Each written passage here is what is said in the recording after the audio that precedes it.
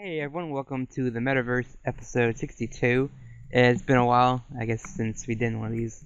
I think last was October, sometime there. But yeah, we're here and got a lot of guests this time. I was pretty surprised at the outcome. But yeah, so we have Sam Soares here with us. Once more, we are returning. Yep, you have Irene is here. Hey guys. And Skyline is here as well. Don't tempt me.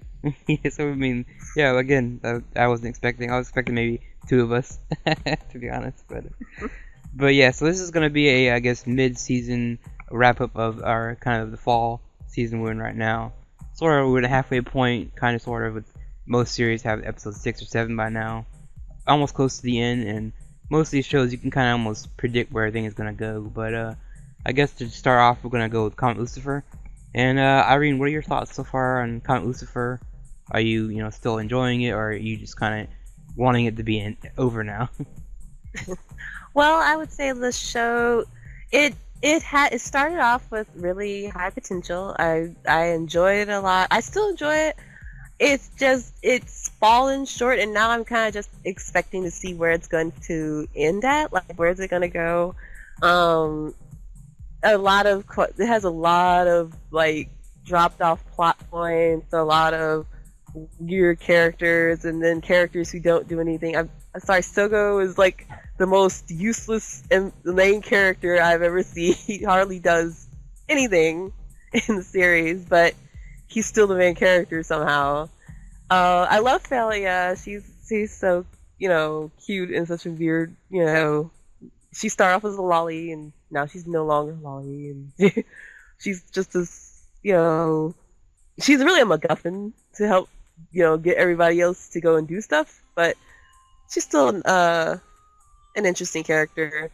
All the other side characters are cool, Roman and his weirdness, and then Kaon, who's the childhood friend who got passed over for the mysterious girl. Right, yeah.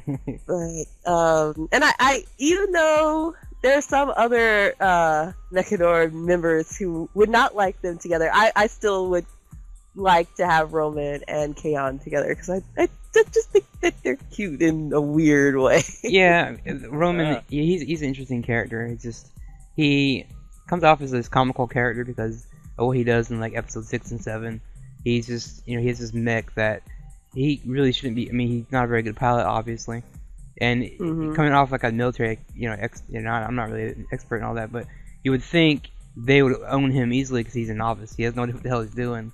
But yeah, he is a fun character, and I see him and Kaon more together, like you said, because especially in 6 and 7, or even farther back when Felia gets older, Sogo obviously reverts from looking at Kaon all the time to looking at Felia now, and that's all he's been looking at in the last 3 episodes.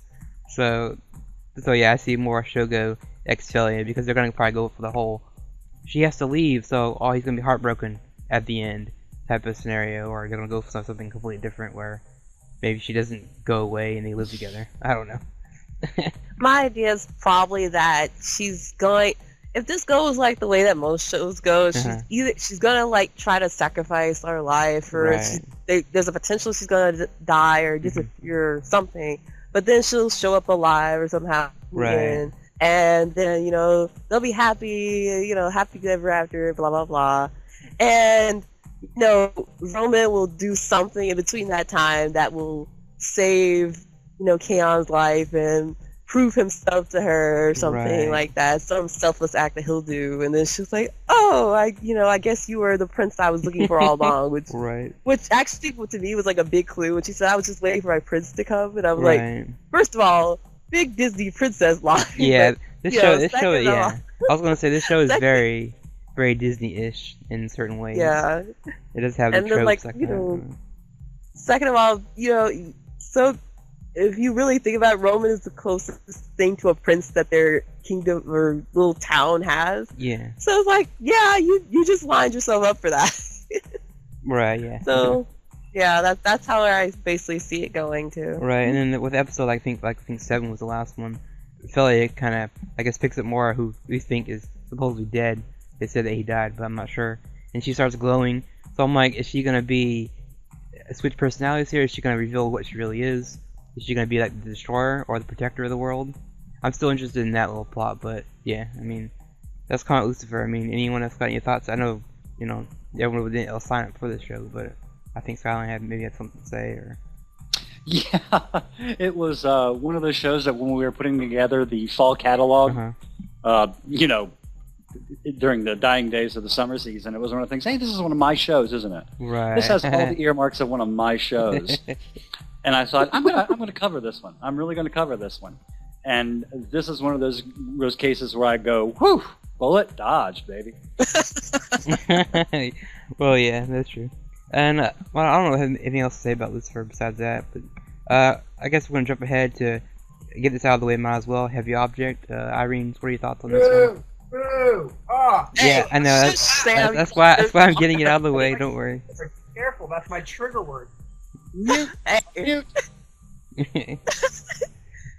Well, anyway. It's not as bad as the show that shall not be named. It's a lot worse than All Noah Zero. Well, that's for debate. All Noah Zero is a disappointing show. Okay. Well, this is just bottom of the barrel. There's not a single interesting thing. There's not a single fun thing. Damn it! I'm getting carried away. The show just it gets me angry. Okay, go over there. Okay. My ideas on Heavy Object. It is a very trying show. Let's just say that. I watched episode 6 and 7, and basically actually all through it, and it has some good points to it. How'd you like that? How'd you like the miniskirt Santa? How'd you like that? Huh? I'm getting there. Okay. But basically, the fan service is way too much. Sam's right. Fan service is way too much. It's not just the fan service because I mean, I'm a girl. I like fan service too. I mean, whenever they actually do have it, when female directed fan service, it would be nice. They can't talk for young Blackjack when it actually shows up. Okay, but it's like even then, even shows that have like really hot bishonin and whatever, I hate it when the plot has to take a backseat to you having just fan service just thrown in just for the sake of fan service, and it really annoys me. And this show is so full of that. That whole flute scene in episode 6 or 7, I can't remember which one it was. It annoyed me because I guess because I'm a flutist myself, and it's like, one, you don't know how to play a flute, so it wouldn't work anyway. And two, the scene just was put there just for fan service sake and had no purpose to the plot, no purpose to the story.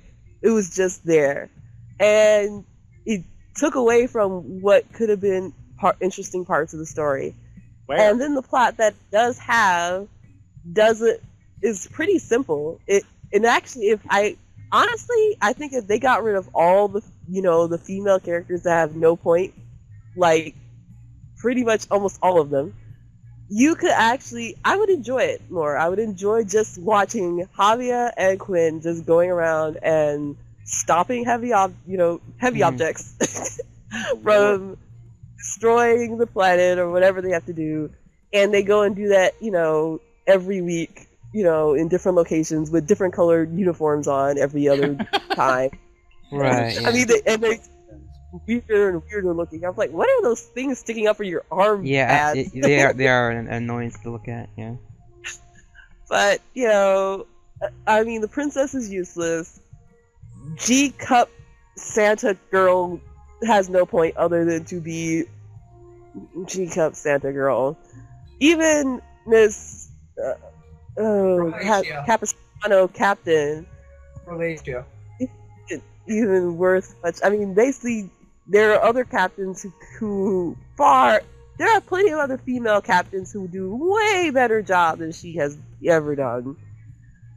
It sometimes is very frustrating, and I'm pretty much just sticking in there just for the fact that I like seeing Quinn figure out how to destroy an object, and you know, what the background plot is starting to be with the fact that their kingdom is kind of up to some really shady stuff, and that there might be a whole background, plot going on. Mm-hmm. But and so it has something in there that I can still watch, but the fan service is really almost destroying even that. So for now, I'm still watching it, but it's not on my top list. Right, yeah, for me, I feel the same way. I'm gonna still watch it. It's just, right now, I think, I almost feel like this series maybe might benefit from having less episodes. The 3-episode arc thing is... So, I think. Yeah, the 3-episode arc thing is kind of, it hurts the series, I think. If it was maybe a 2 arc thing where they could solve it in 2 episodes, would be better. 3 episodes seems like a stretch, because by the time you get episode 2 of the arc, you're like, okay, come on, figure it out, let's move on. Let's do something else. That's the only thing I feel. Maybe if the show had more characters. What's that? But move on to what? Move on to the next object, because that's what they've been doing. Why? Yeah. Because they're just going to repeat the same formula over and over again. I mean, the show is formulaic, and it's stuck that from the very beginning. I mean, a lot of shows are like that. I mean, it's lather, rinse, repeat. A lot of shonen are like that too, where you know the main character is going to beat the main villain. The thing is that the basic premise, the very thing that Heavy Object is, series of going around destroying giant robots. It's not good TV. It's not interesting. So you can't just replace that with, all right, let's just do this a little bit better. It's not interesting in the first place, and then they just tack on more typical anime bullshit. Well, that's why I meant it needs more. It needs less episodes. No redeeming factors in this show, which is why it tells me so much. It's not even like I would rewatch Chaos Dragon over and over again compared to watching this, because you know what? Oh. It has the decency it's appallingly bad. And you know what? It's bad to such a level where you can make fun of it, where you go, oh my god, I can't believe the writers actually thought this is entertaining. This is just insipid bullshit that is, it can't be entertaining as the show it is. It would have to be a completely different show. That's why there's no reason to watch Heavy Object. The only thing that I could think of that would, turn it around in its favor is one, way tone down the fan service, and 2, if maybe if this is just like the first half or first quarter of the show, and then it switches to something else, because actually a series that it sort of reminded me of when you were saying that was I think it was Full Metal Alchemist, where when it first started it was basically, let's go to this town and find out about this hint about the Philosopher's Stone. Then let's go to this town and help this people. Then let's go to this town and help this people. And it was like this constant episodic thing. But then as it went on, you realized that all the pieces were starting to link together, and then there was actually a plot in the background, and there was actually good writers to the story. Yeah. So I want some world building out of it. I want to know that there's stakes that these people are fighting for, and they kind of remedied that this past arc, or they're doing it that way. But I find it just a bit too little, a bit too late. Mm-hmm. Yeah, that is a problem. We're almost to the halfway mark, and it's 24, so we're like a quarter of the, almost there. Yeah. So we still got a long way to go. You're not interested in the plight of the legitimate kingdom and the safe union? Wow. It's noun kingdom versus noun kingdom. It's not really doing it for me when you get right down to it. I mean, there's, Neil Stephenson had this one thing where he did in one of his previous books called Snow Crash, where countries kind of balkanized and they became enfranchisements, basically. And they were kind of separated neighborhood by neighborhood, but they were all kind of bound together, kind of like a McDonald's franchise as a national identity. I mean, I wish they would kind of build it up and make it seem something like that, rather than just, we find some barren landscape to tool our heavy objects around in and exchange blows, and that's who wins. Right. Yeah. I mean, the only thing I'd say with that series, again, for me, if it had maybe less episodes, they could probably get a better story out there. More episodes hurts them because they're stretching it out too long and everyone's losing interest. Yeah. So So, sometimes when you have that deadline of, man, we got 12, maybe 13 Right. episodes in an OVA to squeeze this Yeah. out, we better tell the important bits first. Right, which is why I feel kind of like with all the mech stuff we have this season, I kind of wish Comet Lucifer had the 24 episodes and Heavy Object had the 12. But we always want that. But Yeah. I don't know if I can handle 24 episodes of Comet Lucifer. well, I mean, at least Comet's more interesting. I mean, I care about the It would characters be more. better writers. And Heavy Object, Yeah. I don't. If Quinn died in Heavy Object, I would not even care. Just Nope. saying. Well, Well, I would care well- because it wouldn't have a story Well, I anymore. know, but it would really I'm not just, have a just saying, story. in general, if he did die, I'd be like, whatever. I wouldn't bat an eye, really. But I guess let's move from that. Let's go to something a little more interesting that we all kind of like.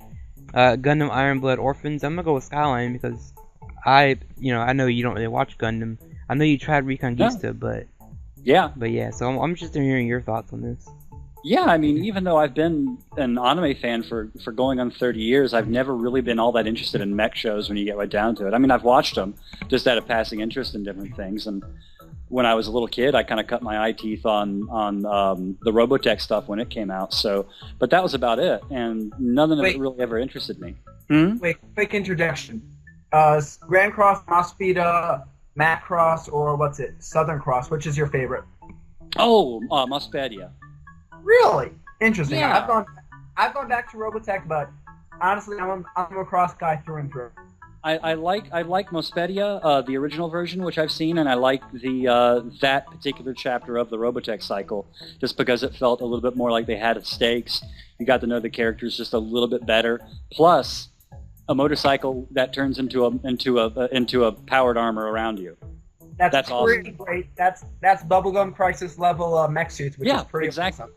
Exactly. It kind of felt like that. I always felt the Veritech fighters were a little bit weird, but that's just personal.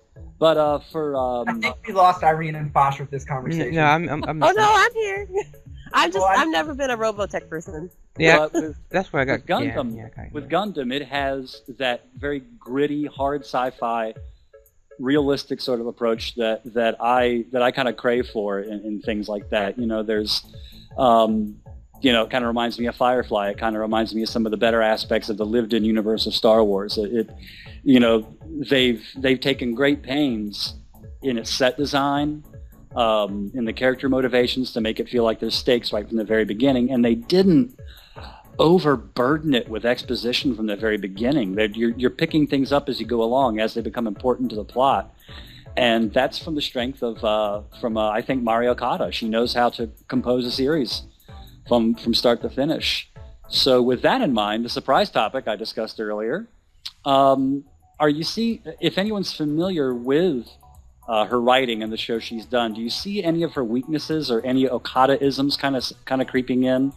Like, being a bit too heavy-handed with some of the touchy-feely stuff? That probably hasn't come up, but there are other aspects of her writing which a lot of people don't like. Right, I've seen some of it, especially when it comes to the character, especially the romance stuff. But which Gundam isn't really known for its romance.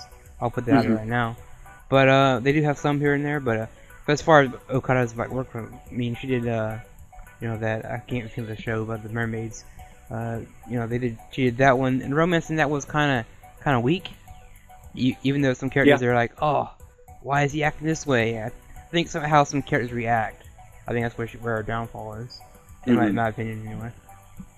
Yeah, they always have kind of like very, very broad reactions. Things like, my goodness, why are they get mad so easily? Yeah. Yeah, they get really mad. Their moods change on a dime and things like that. Yeah, but she's done Aquarion Evol, so she's used to the giant robot genre in that respect. And she did M3 as well, which M3 is more on the really depressing side. A lot of people die in that series. I'm not gonna spoil who, but a lot of characters die. That was the same year she also did the We Cross franchise. Yeah, she was in that I want to be dark and depressing phase, I guess. I'm gonna mess with people kind of phase, wasn't it? Right. But it's definitely not creeping into Nagino Asukara levels. Yeah, not yet. Oh, not yet. You think it will? I don't know. I don't think so. I don't. Sorry, I feel so many female characters they introduced, especially last week. They introduced like 3 new ones, and one of them is this girl that is kind of battle heavy. She likes battling, and when she fought Mika, she kind of got this vibe from that. Oh wow, this is fun. So they I like a lot of I people, like those characters. a lot of fans kind of put those two in like together as maybe they don't know each other right now, but when they meet each other, how will they react? You know, they both like fighting, so you know that's a perfect chance. You know. I think you're reading way too much into that, Fosh. Well, And looking at some of Mari Okada's works that she's done that I really like, and I know you like this show too, Sky. She's the series composition behind AKB 0048. yeah. She is. Oh yeah, one of my favorite franchises. I wish they'd do another one. Yeah, which is they're doing another one. It's called Macross Delta. Right, hopefully, yeah. Oh, no, they're both shows by Shoji Kawamori. They're both shows about pop idols in space. Like, what else do you need? You're right. I mean, you're absolutely right. Anyway, though, but there's no real AKB 0048 and Iron Blood Orphans are possibly like the furthest apart types of shows because one's about becoming the best pop idols in the universe and one's about not being child slaves. But like when you get down to like just certain ways, like how the adults are screwing over society, that's present in both shows. Like talking about how these kids, some of them come from some really rundown backgrounds where they have. It's not the same degree per se, but they do have similar, like, I came from a family where we weren't allowed to have entertainment, period, and my dad was mean to me. And I came from a military base where they beat me day by day and did a terrible surgery on me that could have killed me. It's like, they're very far apart when you actually get down to it, but I don't know. Well, you know, each and every single person you meet is going through a personal battle. Mm-hmm. All right. Well, I'm probably the one of you who's not that familiar with Okada. I think I've seen like two of her series, which would be Nagi no Asakura and M3. Right. I dropped M3 like 7 or 8 episodes in, Made it and twice as far as I still did. have not finished Nagi no Asakura. Yeah, Oh man. I finished both of them. Yes, I know. That's funny. Highway will get pissed off at me, but I still have not finished that series. He always Even though I loved it, I loved the series. It's actually a pretty good, like, teen melodrama show. Like, when she does that, Hanasaka Iroha, they're actually pretty good, like, teen melodrama types of shows. Yeah, she writes them good. She's not afraid to get those characters good and sloppy. And also Anohana, which I haven't watched all the way through either, but it's also like held up as a good like melodrama show. It is. It's one of my favorites. It gets it gets really sloppy towards the end, but it's still good. Yeah, I know the same team who was working on Anohana is basically on Gundam right now, which was the same director and same writer. Mm-hmm. So they're on, working on Gundam now. So I haven't seen Anohana myself, but I do remember when it came out. It didn't seem that interesting to me, when it came out. Well, what I'm wondering about with Gundam is what was the shape of the story originally, because that director is pretty much known because he's also, I've seen a couple of things on Reddit to where they infer that he's kind of like a sounding board for her, because Anohana was originally in her mind when they approached her to do a Noitamina show. It was supposed to be a fan servicey slapstick supernatural comedy. Right. Yeah. That's the script that she wrote, and then they had that little love bit in it, and they had that bit towards the end in it was pretty much intact. And they said, "Wow, this is your show. Can we get rid of the rest of the stuff and just concentrate on this bit?" And it took her by surprise, so she had to go back and rewrite everything, like, under a huge deadline, and that's what she got. So it makes me wonder, like, what was her first draft for Iron Blooded Orphans and what changed? It was probably like a BL, probably. Hot Iron Blood under, Gundam. like, 3 thumbs now. When the show's over. It was just like hot Gundam blood. Oh, yeah. Well, she's under like 3 thumbs now. She's got the director that she's working with who can help, her curb her Okada-isms. Right. There's also Sunrise itself. Yep. And Bandai who are pretty much, they're like, we have a Gundam thing. We are selling toys. We need to sell these toys. Right. If you don't make a good series, we're not selling these toys. You know what happened with G-Reco. Right. It's just like, for me, it's just like the whole like Marvel universe. Marvel has their idea, and if a director's not going to do what they want, they will fire you. They don't care. So Gundam being like an established franchise, they're not gonna let just any old person come in there and do what they want with it. You know, they want something kind of respectable. Yeah, like Ant-Man, you could tell that Edgar Frost wrote it. You could also tell he didn't direct it. Right. Uh-huh. So, as far as Gundam, what do you think about like the characters so far? Do you have like a favorite so far, Skyline? Mika is one of my favorites so far, just because there's that. I mean, they're able to say an awful lot with him without him having to say an awful lot. There's a lot of body language. You can tell how he feels about a certain situation, and he doesn't even have to open up his mouth. Most of the time, just because he's. I mean, I don't want to frame him as being very simple-minded, but he's just kind of got that sort of common sense knack that he doesn't allow his mindset to get clouded by too many variables. You know, he kind of has this street smarts, maybe. Yeah, exactly. A savvy, you know, right. Just a cleverness that a lot of people just don't allow themselves to be, just by, you know, he seems to trust his instincts and Okura more than he does anyone else. I would say he's very refreshing from past Gundam lead characters we've had. Mm-hmm. And you can kind of trade him off with Biscuit, who he seems like he's taking too much on at times, and he's struggling with himself to be able to say the right thing at the right time, to be diplomatic. Wait, are you talking about Biscuit or Orga? Biscuit. You're talking about Biscuit. Okay. Biscuit. I thought you were talking about Orga. Yeah. Yeah, he's a big guy, and I think he's trying to overcompensate for that, because they don't want to think like he's some doughy pushover or something like that. So he's trying to be very assertive, but at times it feels like he's saying either too much or he's not saying it in the right way that he wants to, so they disregard him anyway. It's like the last episode, it was like, would you please can we take a little bit more time and talk this through? Nope, Max, gotta fight. Yeah, pretty much. I can see that, because he's actually the learned one of Tekkadan. He's the one that they actually literally put in his like bio that he's a bookworm. He's the one who reads all the time. He's the one who's not out there fighting. He's not out there, you know. He does.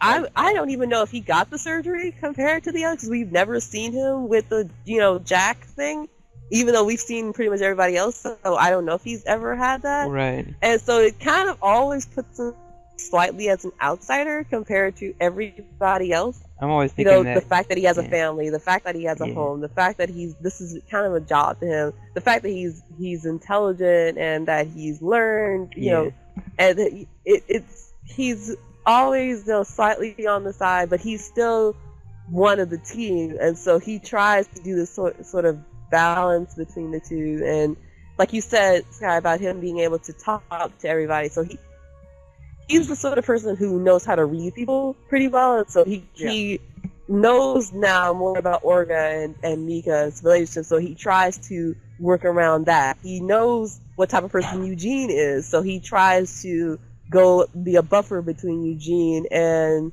Orga. We just need time different to be things close. with him. He's like I said, he's a bit clouded in that. I mean, with Eugene and Orga, they just need that time to butt heads. That's it. Right, you get it out of the system. Those two just need to smack each other upside the head a couple times, because that's, you know, they're those kind of guys. You know, right. But but Biscuit just can't seem to get that. Like, can't you just get along? We do get along by hitting each other a couple times. But I was gonna say best character is Atra though. She's the best. You know, she's gonna be the best Gundam pilot.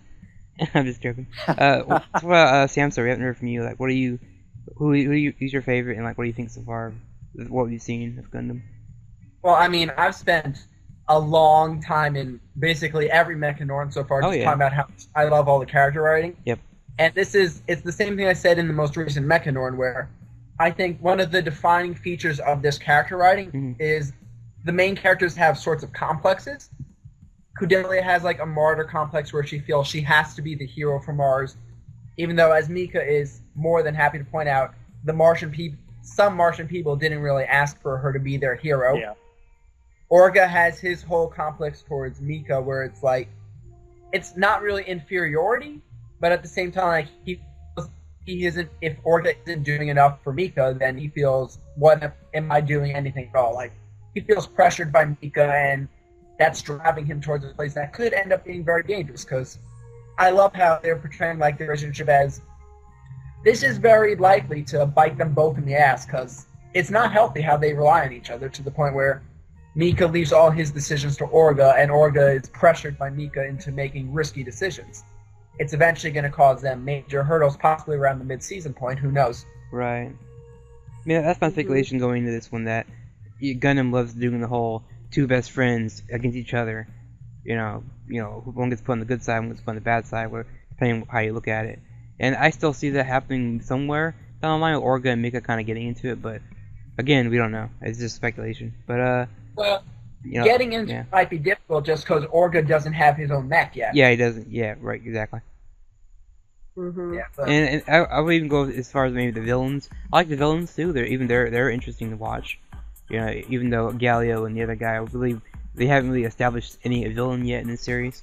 It's still fun seeing what they do and how they react to the other guys. It's the blonde guy with blue eyes who is not Irish, although I swear he sounds like an Irish guy. Yeah.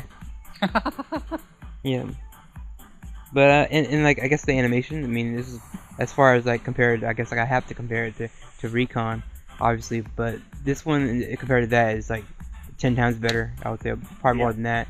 As far as the battles go, we've seen I think 2-3 battles so far. 2 or 3 big battles, I should say. Mm-hmm. Yeah, this show is. Well, I'm gonna go out and say that I'm Good Orphans is the clearing away winner of the season. Like, animation wise, it's top notch. Character writing wise, it's top notch. Mm-hmm. Story wise, it's not doing anything wrong. It's not like the most mind blowing story, but it's doing absolutely nothing wrong, and I can't wait to see what these characters do, what these characters want to do, because like character motivation and character desire is almost as important as to what on Earth is actually going on, or what on Mars is actually going on with this show. Right. I mean, a lot of characters in this show have their goals and things they want to achieve, which is kind of cool. That they're all not just like, thinking the same thing. Each of them have different things they want to achieve in this series. Actually, now that we bring this up, I do think that's actually a strength of Mario Okada's writing, because thinking of shows like Nagi no Asakura or AKB 0048, even though they work with pretty large cast of characters, they do, I do feel at the end of those shows, like, you do at least have a clear understanding of what do all these girls want to do. Like, what does Nagisa from AKB 0048 want to do? She has complexes about her best friend Cherry, but she also wants to be the supernova. Right.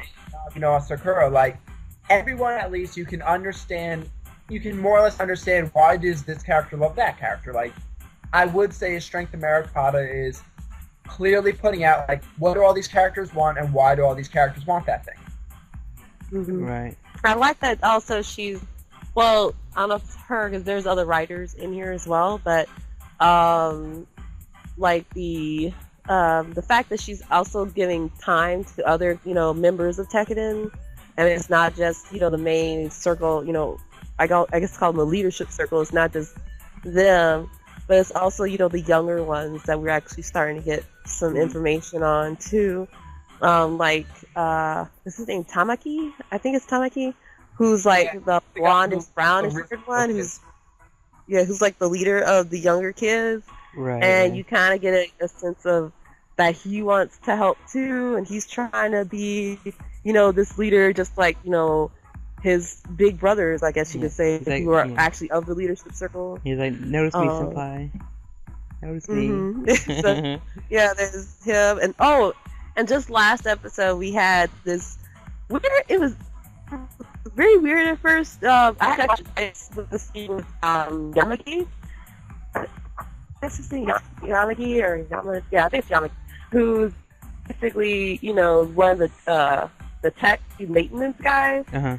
And, they had this whole scene with him and Shino, and how he, Shino, asked for his hand, and he's like, not sure about, grabbing it. And one thing, and if you really notice, he starts off, like, going to, take his hand with his left hand and stop, and switches visibly to his right hand. And then they really concentrate on the scene, and it's like they're going to have to bring that up later as to, is there something wrong with his arm? Is it that he's got some sort of trauma going on, that Shino putting out his hand to him almost caused him to relapse or something. It was a very interesting scene that came out of nowhere a little bit, because we really didn't know anything about Yamagi at all, and all of a sudden he's getting this character development that hasn't been fully developed yet, but it's starting. We've just seen a piece of it, so that was interesting. Right, yeah, that's pretty good. So I guess at this point we have to save any more Gundam talk for the next Mechanor, right? Which you are more than welcome to be part of, Sky. Right. Okay. So Yay! yeah, we'll get off Gundam for a bit. I mean, it's. If you don't mind, I'm going to take a show right now. Yeah, go for it. So I want to talk a bit about Young Blackjack. So is anyone here watching the show? Unfortunately, no. I'm sorry. Sorry. I didn't watch the old Blackjack. Neither did I. I was like, gave the first episode a shot, and it just wasn't my cup of tea. Yeah, so here's the thing about Young Blackjack, and I'm very conflicted on this for multiple reasons. One, well, to Irene's point, this is basically a prequel to any Blackjack anime or manga that's come before it, so you don't need any familiarity with the character. And that brings me to my second point, where I feel my familiarity with the character really makes it hard to like the show, because I've said this in my post on Young Blackjack, but all the things that really made Blackjack a special franchise that's lasted since the 70s till today, it's older than Gundam. It's don't quote me on this, but it's either 73 or 74 when Osamu Tezuka wrote the manga, and it's had greats like Osamu Dezaki working on movies and OAVs for this, but this current iteration of Blackjack, beyond the Fujoshi fan service, which is only problematic when it's done in the middle of a torture scene. Beyond all that, just the way they treat morality in the show is kind of troubling sometimes. Just because, in normal Blackjack, Blackjack has a moral standpoint, and he does not stand with, the rich. He stands with the underdogs. A lot of his things are about teaching a moral lesson to people who do wrong, or people who don't value human life. This current iteration of Blackjack, it's less about that, and it's very much about Blackjack himself, or Hazama Kuru as he is known in the show. But he's not that interesting of a character, so it leaves me as a fan of the franchise in a really weird place where I would like to enjoy and watch the show, but everything that I want out of the show, this show isn't providing, so it leaves me very conflicted. Right, I mean, I can see that with certain shows. I mean, I've always thrown this around with me and Skyline, we always talk about it, of old shows that get rebooted, Roma One Half is one of the shows I wouldn't mind seeing redone, but at the same time, do I really want that? Not really, because I have the memories of the character, exactly, and I don't want them to change it, I mean, even despite the fact that a show like that has, quote-unquote, old animation to it, that animation still holds up to this very day when you go down to it. Some of it even surpasses what they're doing a lot on a lot of TV budget. I feel if they brought it back, they would make him like a Rito from To Love Ru type character, where he gets all these situations just because. Because he is, You want to see what happens when you bring back Rama One Half. You watch Rene no Kyokai or whatever that show is, which is, Rumiko Takahashi can write three different types of stories max. Yeah. And Rene is the inferior copy of her of her 2 stories. Right.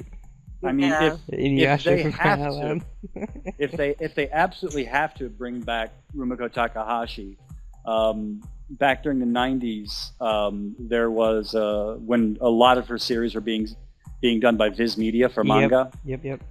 There was one that they released called Rumiko Takahashi Theater, which was just slice of life. Yeah, I've seen that. And it was weirdness too. I mean, some of it was just they would have Sugimomo type tales where this household items came alive, and it would be very conversational, and then it would end with really weird circumstances.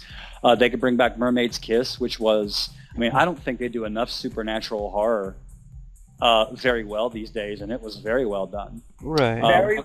Very well is the key word, because there's more than enough supernatural horror. Just well is the defining feature. Yeah. But Mermaid's Kiss was always about discovering, who was being cursed and why. And I mean, it was always someone ate mermaid flesh. Oh, surprise! Some arsehole ate mermaid flesh and now they're cursed. But finding out, the family dynamics, the village dynamics, and how that went from there to there. So, if you're going to, sometimes remaking stuff is sometimes necessary because, you can bring it to a new audience that might be able to rediscover the old stuff too. But at the same time, you got to ask, it's like, can you really say anything new? I mean, can young Blackjack, or Blackjack the character, can he say anything new to today's audience and yet still essentially remain the same character? Right. Because what's happened in the the most recent arc of Young Blackjack was set during the Vietnam War, which by all rights is a morally ambiguous time.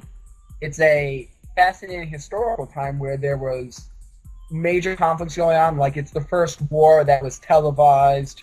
Yep. It had all sorts of international attention. And the way the arc plays out, like, there's a weird torture scene where Blackjack is being sexualized as he's being beaten, which gets a no-go for me because it doesn't matter what your sexual orientation is. That's not a time for fan service. That's a time for horror. Right. And the way the arc plays out, like, there's no moral ambiguity. It doesn't have anything to say about the conflict. It's all very much about Blackjack's personal journey, which, again, it's like, the way the show is framed, it's Blackjack wants to be the best surgeon in the world, which is, it's a very standard, like, shonen story. And, like, if this character wasn't called Blackjack, I'd be so much more behind the show. But because there's the baggage of Blackjack, the beloved character, Blackjack, the crazy doctor who turns half Republicans into a human being, like, none of the good stuff is here, and it's just like this kind of, who is this for? It's not for someone who actually likes Blackjack, so I feel empty after watching the show. Yeah, I can see that, Is it a case of all of us waiting to see whether or not we get to hang J.J. Abrams in effigy here in a month? Oh, no. Yeah, pretty much. I mean, you're talking about the new Star Wars movie. The new Star Wars. Yeah, Because, that's someone else doing something that happened more than 30 years ago when you get right down to it. I mean, Lucas messed it up as much as anyone possibly could. Yeah, I would say that I think J.J. Abrams is a better... weren't that bad. And B, I don't think I have Star Wars nostalgia. I think they're pretty amazing movies, but they're not like movies I revisit regularly or anything. They're just really good movies. Yeah. I guess we're jumping to something here different. I guess Lance and Masquerades with Skyline. I guess you want to talk about that. I'm like the last bastion of Lance and Masquerade. Yeah, I think you're the only one I've ever seen talk Probably about the only. Is this show still on? I didn't even realize, but then again, I didn't watch the first episode. Exactly.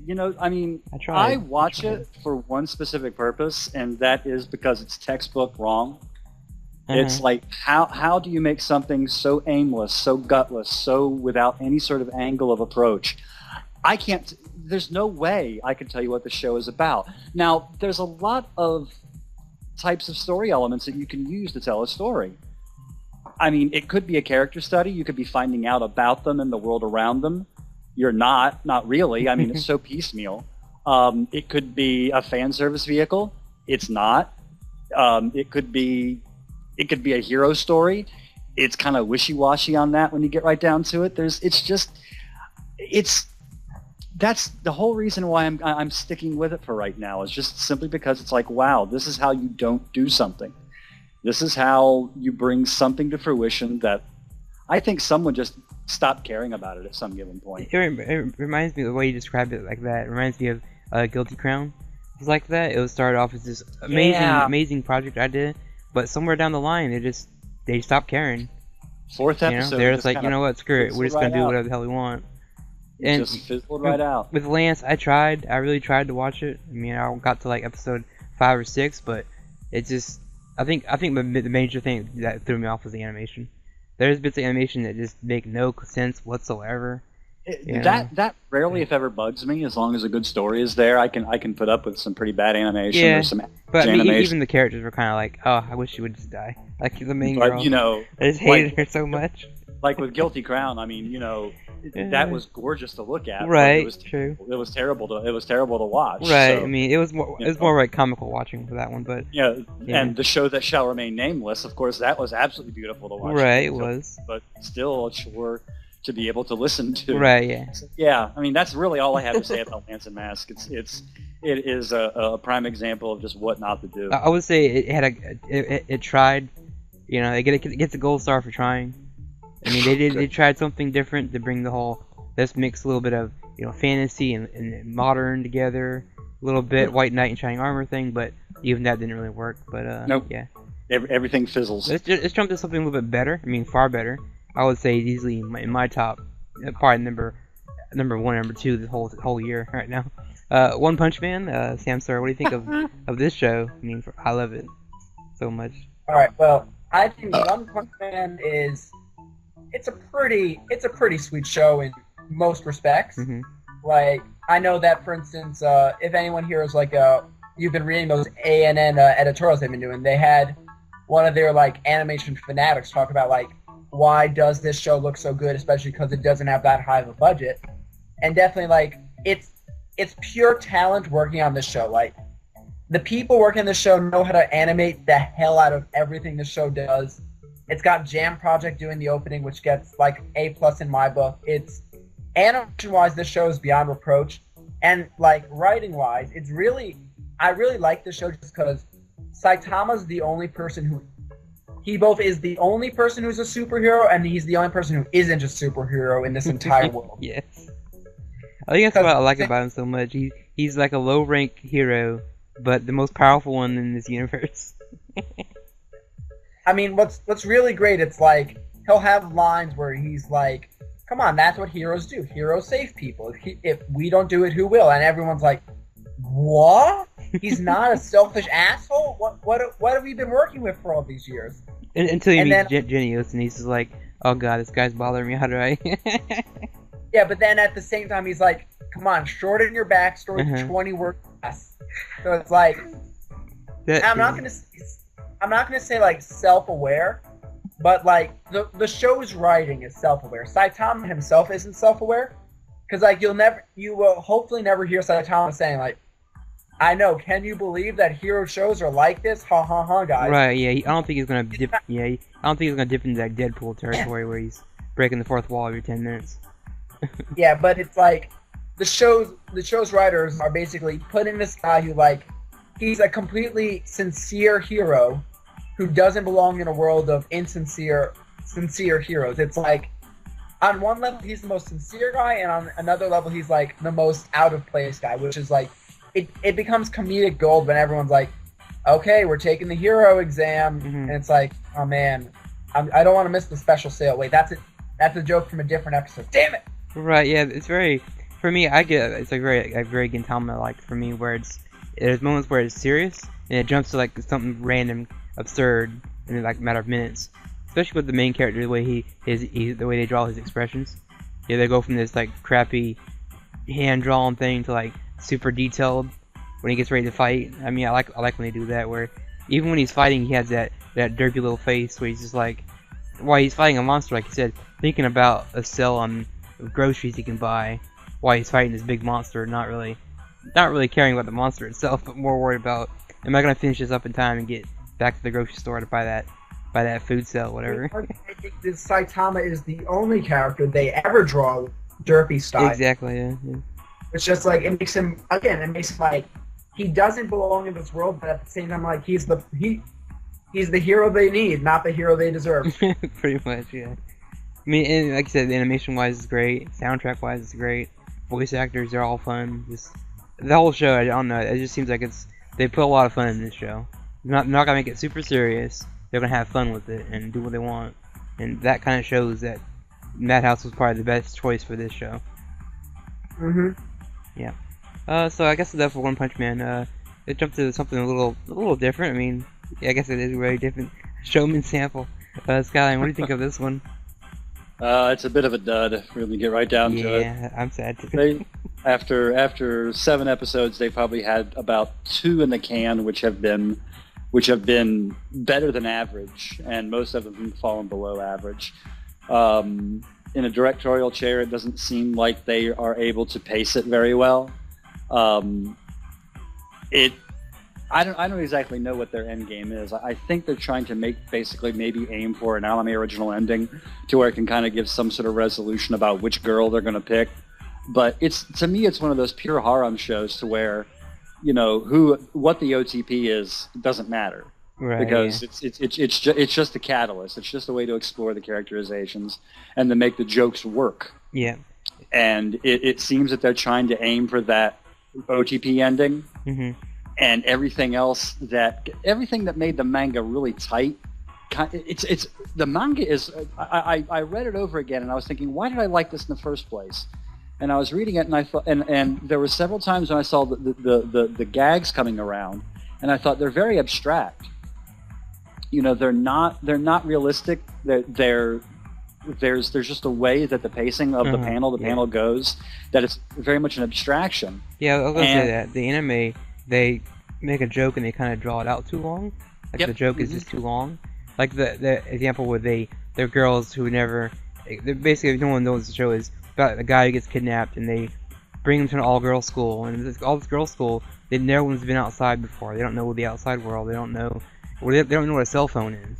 So they have a gag running that they bring a phone in and he shows it off, and the girls are so amazed by it. And the joke runs. In the manga, I remember it was a short, quick, fast joke here or there. It's funny, but in the anime, they dragged it for like 15 minutes, at least. And it was on top of something else. I mean, it's more like 5 minutes. Right? Yeah, but it felt like 15. Yeah, it felt like 15. It's just one of those cases to where I don't know which angle of the manga they're going for. Yeah, because I said there's naturalistic humor in it to where it's a humor of situation, to where you don't exactly get like I'm laughing at this, I'm laughing at this, I'm laughing at this, but it's like, oh, this is an uncomfortable, amusing sort of situation that I've been through before. Yeah. So it sets up a mood for humor. Yeah. And then they are able to release gag, and then they're able to break and then be able to repeat that again. Yeah, it has this weird like snap. They don't want to do that. Where it goes from like comedy to like, something super serious. Like at drop of a hat, like the main girl, for instance, her dream is to have to be popular. Now she's popular, and now the girl that is popular is mad that she's popular. It's like, come on, it's so I don't know, so messy. That isn't necessarily a bad thing. That's not, but really wrong. Yeah, they kind of just, it's I guess watered down where they just get to the point. Sometimes like we kind of need to build up a little bit, but yeah, I agree. For me, I think the manga is in my favor for this being better. Let's jump to something else, I guess. Actually, here, how about this? We've talked about shows where basically we've all made our opinions on it. So how about this? Can we jump to one of the shows that I know that I haven't made up my opinion on, even though like I've watched only like the first few episodes of it. Yeah, sure, it's fine. Are you guys watching Perfect Insider? Yeah. I'm watching that in the other one too, The Bones. All right.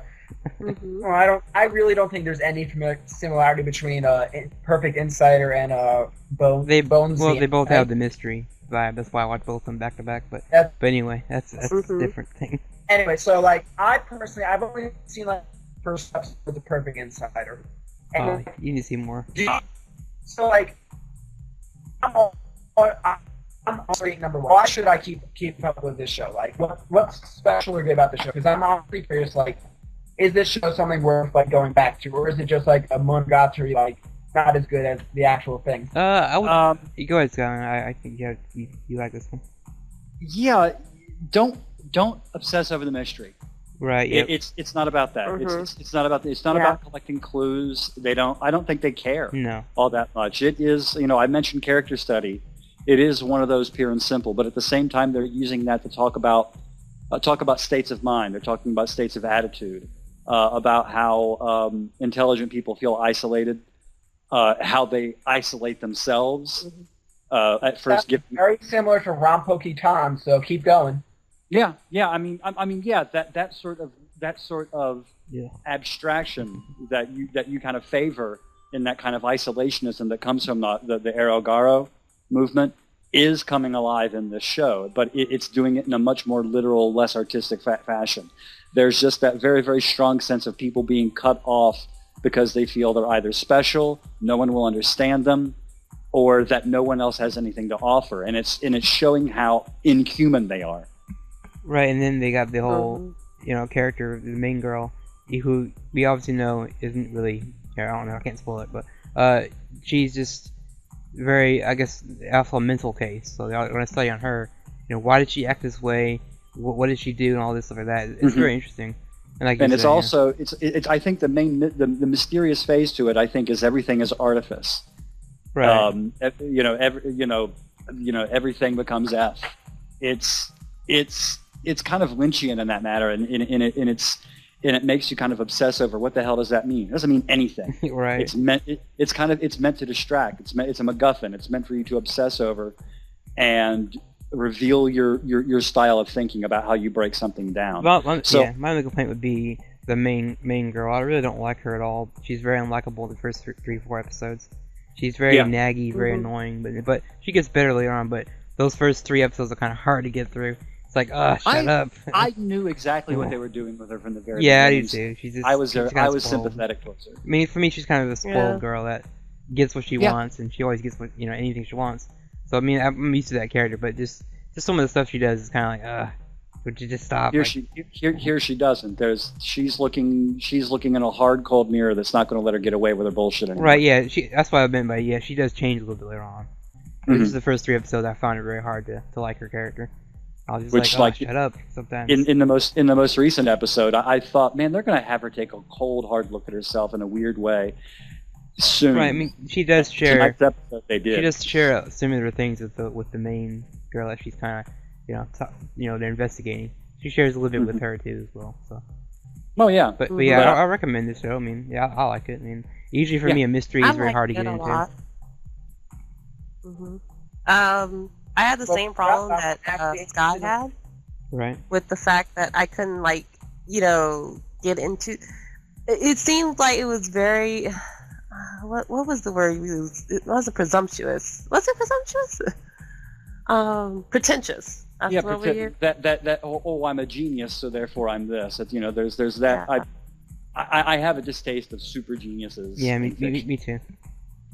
So it was good, but it lacked something, and so I actually took the time and I watched the drama version of this series, which is about I think 10 episodes long. Like it's 10 1-hour episodes, and the mystery that they have, that's actually taking up like the whole anime series is only like 2 episodes of that one series. So they go through like the whole mystery in 2 episodes, which I think is a lot of the reason, like when I'm watching back to the anime, I can see like where they're taking so much time. Like they're really trying to extend the whole mystery like for long periods of time, because a lot of this whole character development wasn't in that version. Like a lot of this whole background, I mean, it did have background on, Shiki, and on, some of the other characters, but it really, because it was based on a series that had already started, we didn't really need to get into, the 2 main leads characters. We had already been introduced to them. We already knew them. And so it flowed a little bit better, I think, because I think that the anime series, it feels to me like it's slow.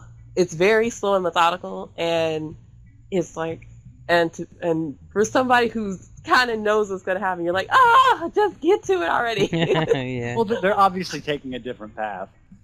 Yeah, I mean, it's the same story, but it's just that they're extending pieces of it so that it can last longer, if that makes sense. It's like, it's the exact same mystery. It's just that they're putting in like extra pieces to make it longer, like the whole journal articles with the uncle. Right. Yeah. They're giving you all clues. These things that we're talking about. They give you clues like every time the episode ends. They give you like a little segment at the end that's building up the story. Lies. Yeah. Like, oh hey, here's what happened. Lies. Complete. I think they're total fabrication. I don't think a single person is telling the truth in this show. Yeah, people have got secrets I can see. I think they are admitting to minor sins to mask major ones. Yeah. If you have a problem with, like, especially the main girl, because she annoyed the heck out of Yeah. me when it first Yeah. started. If you have that, try watching the drama series, because she's like totally different in that series. Yeah, I mean, I It's like like her the now. same Yeah. character. And actually, from what I've heard, they said that the original writing, she's more like that character than she is like the one in this anime Okay. series. Maybe it's So- the voice actress they got for her then. Yeah, I mean, Yeah, the other ones are like totally moe, and it's more of like this love, thing between her and the professor, and how she keeps trying to prove her love, and he's noticing it, but he won't let himself love her, and sort of thing, this going back and forth thing. And they're just really cute together, and just seeing them going and solving mysteries, together is really cute. And if you like mysteries like this, they have like their mysteries last for like 2 episodes, so every 2 episodes is a different mystery. So that would be, if you enjoy stuff like that, it's really fun. right. I have to say, you guys did sell me on the show. I really do want to see what's the deal with this thing. Yeah, I think you It's good. like that one. It's good. I think you'd like it. It's like, yeah, I prefer that one over the other, which is, I know, not the same thing, but for me, mystery. It's I watch them both back to back, and I find it interesting to see which one does the mystery better than the other one. So, Yeah. but yeah, I guess we're gonna pull up to the last on this list where we have people talking about it. Let's go with Gakken 35. I just call it 35 for short. What do you think of this one? I think you read the manga of this one, didn't you, Sky? Or the novel? I read the first 3 chapters of the manga, Yep. which covered, I think, about the first episode or so, Uh-huh. just to get my feet wet before the story started, because I knew I was going to cover it, and I wanted to try to have an understanding of what it was before it came out, Right. to see if I would actually commit to it.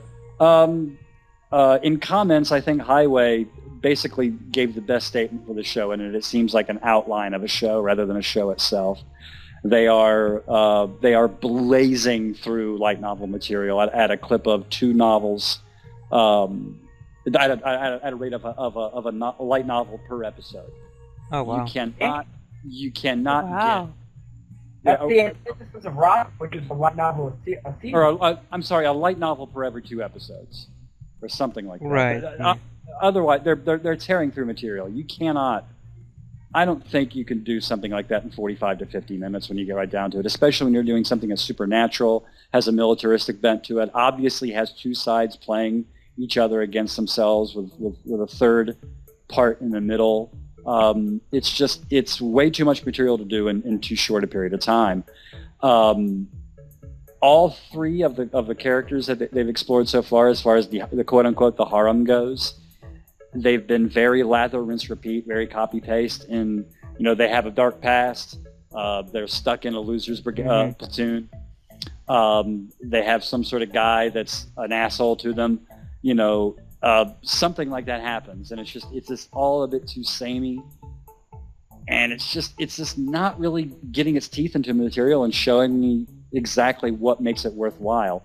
A lot of people I've been looking at people on Reddit, the LN fans and different things like that, and they say, oh, it never really gets very good. I mean, it's a pretty bad series until you get to about the 5th light novel. And my first reaction to that is, then why do they still publish a piece of shit like that? If it's Right, that yeah. bad, and if you think it's that bad, why did you not drop it by the 2nd novel or the 3rd novel, thinking, I just wasted $8. I'm not going to waste $40 before it get good. Send this guy back. What you're saying sounds a little familiar to what Irene was saying about heavy objects, where, come on, it's got to be better soon, right? It's so popular. It's got to have a reason to be popular, right, guys? Right? That's how I felt with that's how I feel with Sword Art Online was like that for me. Like, it's gotta get better. Oh no. Yeah. I am a huge fan of American 30s and 40s pulp fiction. Uh-huh. Okay, and you could probably name on one hand, if you were missing 3 fingers, 2 good writers from that time period. Yeah. And the real slap in the face about that is that the 2 writers you could name would be ghostwriters with about 15 or 16 other people written under it, and an editor heavy editing on them. Yeah. Most pulp material was garbage. Absolute, utter, and complete garbage. It was meant to be page turners, and you threw the magazine away because who cares? that is what the Japanese light novel industry goes through. It goes through just make the profit, make a buck, Harlequin romance, turn the pages, chuck it. Right, insert character here, and you become the main character. Yay. And, about 4 years ago when I got back into anime, I got so sick and tired of hearing, like, every season, oh my god, they're doing this LN garbage again. Yes. And now with this series, it hasn't been like it hasn't dawned on me, but with this series, I begin to see, now I can see where the weariness is coming in with a lot of people.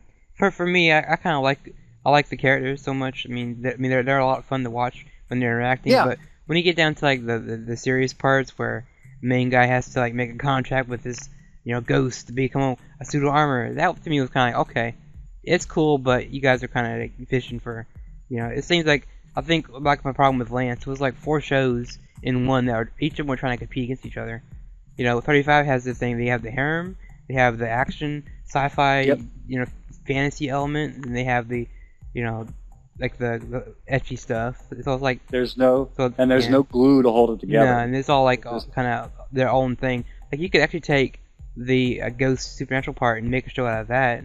Take the harem part, make a show out of that. Romance. There's like 4 shows. Again, 4 shows in one. Well, you could take any of that parts from. And, under a halfway decent hand that's partially asleep at the wheel, I think they could take any one of those 2 facets and probably make a show out of it. But like I said, Highway and I discuss this a lot. We discuss it in comments with different people a lot. I see. And it's the fact that if you're going to make an anime, that's your chance to do a second draft that obviously these LN writers and editors and publishers don't bother to do. Right. This is your opportunity to say, okay, here's the material that's good. We're going to disregard the rest, and we're going to tell a great story that people are going to go, hey, I want to buy your BD. I want to buy your Blu-rays. Right. I'd like to have that guys kind of hold off right there just because I think we can totally do an entire podcast just where we talk about how we feel about light novels as they are, but this is also like, let's save that for its own conversation. Oh, yeah, we will. I think I've said everything I can. I think I mean, it's not that difficult to boil down when you get right down to it. It's Pulp Fiction. Yeah. That's all it is. I was going to move on from 35 anyway in a few minutes. Yep. To, I guess return to like some of the shows that are returning. This is basically where, like a season 2, or maybe you have a prequel that is tied to another season, which I count as technically, is still returning because it came back. Jump into something. Let's go with K Return of Kings. Irene, what do you think of that? I know you're reviewing this show from Metanorn, but I think you fall behind a little bit. Yeah, I've been having some stuff going on, but I'm trying to catch up with that. Let's see. I think K Return of Kings, it started off with a lot of promise, and because I loved K when I actually first saw it, just like I think last season. It was a bit. I watched it in between seasons because I heard you say that. It always seemed. I was like, it sounds interesting with the whole idea of superhero. Not superheroes, but it's like superpowers in this other world and everything. And so I watched it in like a few days, and I really loved it. And I watched the movie, and that was really good. And so I had like really high expectations for the second season, and it started off good as well. I think the biggest problem with K right now is its pacing. It's very slow, and not slow in a good way.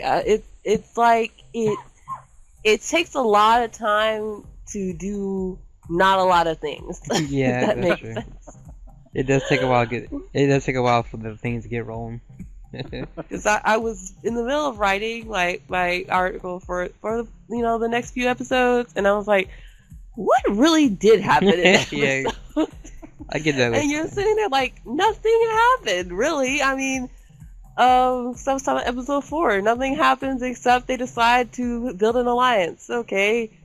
Then you go to the next episode. Okay, nothing happens except he decides to declare war because he's crazy. Okay. Yeah, and then next week, the Silver King returns, and then I see. Yeah. That's what you're talking about. For me, my love of the series comes from just how visually stunning it is. Just looking at some of the screenshots, it's like, wow, this is like Gohan's. Where'd you get this money from? Show. I just don't know where Gohan's got their money from. because they did Coppelion, they did SYD, which aren't the best shows. I mean, I'm just like, where did they get? So I'm just confused where they got this money. I'm like, no, they don't do a show like all the time. Yeah. They only do like a one show like every so often. Right. So maybe they like hoard their or something. Because SYD is just 4-coma, sexual comedy. That's all it is. Every week is just the same thing every week, and but it's still watchable. Right. It's still funny as hell. And Coppelion just wasn't very fun. But so I always wonder where they got their money from. But yeah, if they're making only one show, maybe a year, I guess they could probably do something like K. Like it's a very pretty show. For me, animation is good. I mean, I like I will watch a show that has good animation to it, and that could actually bring the balance between whether I pick this show over another one. Right. But yet the plot has to sustain that. It can't just be like pretty visuals without having something to hold it up. Right. And so K, I love K. I actually love the plot. A lot of people complained about the first season's plot, and even I'll admit that it too took a lot of time to get started. Right. And it really didn't start moving until about like episode 5 or 6.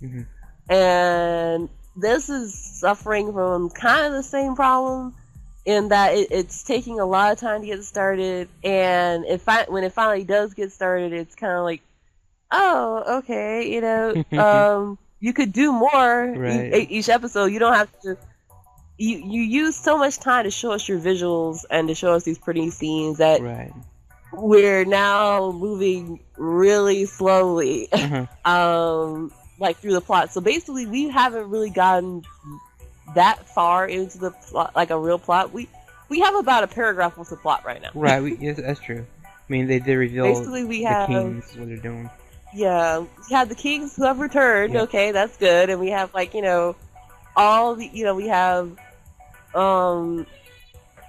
Adolf and his group. Which is funny, they just don't want to call him Adolf, and it's guys, change him that. Find another name if you didn't want to name that. There are plenty of German names. They're like, let's go with Bob. Oh, his name's this. Oh, no. But, yeah, for K, I think you're saying that same thing. It's just, I could see that there's really only, like, one paragraph of actual plot progression that happened. And, I mean, my favorite thing, I like the fights. And for me, I like to draw, so... that's why I'm more drawn to like a show that is. Oh, I just want visually. I want Shiro / Adolf / whatever his name is to actually do more. Yeah, I mean, me too. Still for him to be coming back. Yeah. And him to be this character that's the first king, and he's been gone for something years, and they took like a movie and about 3 episodes of this season trying to bring him out of hiding. Yeah. Again. It was like a year or something. Do anything with him. It's like, he's do something with him. Yeah, I'm the same way. I kind of, with him being the key character of the series, it's basically about him. He doesn't really do a whole lot, to be honest. Something I would assume that he's got more power in there somewhere. Right. It's like not using it much, and we're seeing like Green King stomp on everybody. Red Queen, I don't call her king. I am tired of people calling female character king. They do that in anime. They do that in anime. I mean, it's very deliberate if they call a female character queen. I mean, Fate, Stay Night. They never refer to Saber as queen. Language is that the term queen doesn't have the same amount of strength as a king. Right. Yeah. Does, but it annoys me. Right. Because if you're going to translate it into English, just translate it as we would have it, which is she's the queen. Name her queen. She's the first female of her type. Give her the hard title. Right. But it's very powerful. But yeah, I mean, I think I agree with you on that. Okay, it's fun, but it's not really going a whole lot right now. I mean, yeah. So I guess jump to I know Skyline is probably your favorite. Oh, Water Monogatari? I think you want to jump with this one. Waterman Monogatari? Yeah, that one. Yeah, I was really anxious to see this one come out because I've the Monogatari franchise was one of the couple of things that brought me back into anime fandom about 4 or 5 years ago. So it's always welcome as fresh air to me. I felt that the Sodaichi arc went over long. I think I summed up the series about with, those 6 episodes plus the first one being a double-length episode. It just went on a bit too long. It was a good story, mind you. I enjoyed what was happening there, and I also enjoyed that they changed up the formula to where it wasn't like oddity of the arc, even though it very much was. A lot of it was getting into Araragi's mindset as he's winding his story down, because he's starting to pay more attention to his narration. He's starting to pay more attention to what he's being selective in what he wants to say to us from now on. Yeah, I would even go as far as to say maybe this is technically his arc, because he's getting a lot of screen time.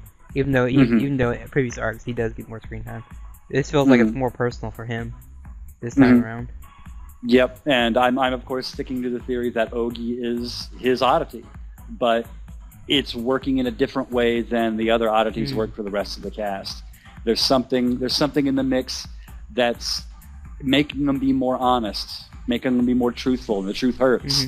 So that's where the pain from having to bear an oddity comes from the other characters too.